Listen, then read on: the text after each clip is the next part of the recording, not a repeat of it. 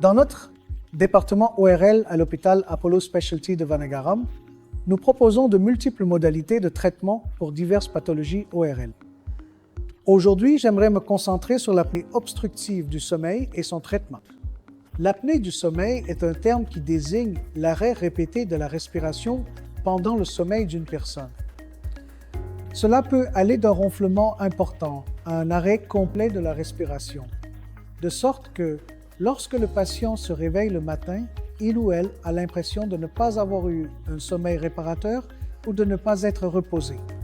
Lorsque nous parlons d'apnée obstructive du sommeil, les symptômes et signes vont d'un simple sommeil non réparateur, comme mentionné précédemment, à des pertes de mémoire de courte durée, une somnolence diurne et un manque général d'intérêt pour les activités quotidiennes.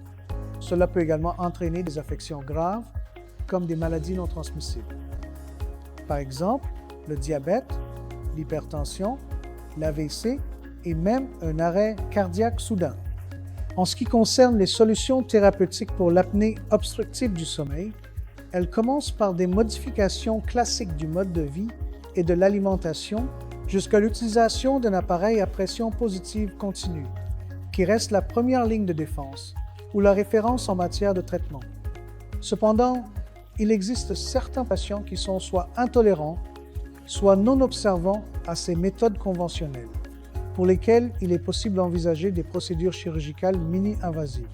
Ainsi, lorsqu'on parle de procédures chirurgicales mini-invasives, il n'existe pas de solution universelle. Il faut être rigoureux dans le diagnostic de l'obstruction exacte des voies respiratoires supérieures afin de déterminer quel type de chirurgie sera nécessaire pour le patient. Nous venons donc d'évoquer les procédures chirurgicales mini-invasives. Alors, que font ces procédures chirurgicales? Elles permettent soit de retirer l'obstruction, soit d'élargir les voies respiratoires.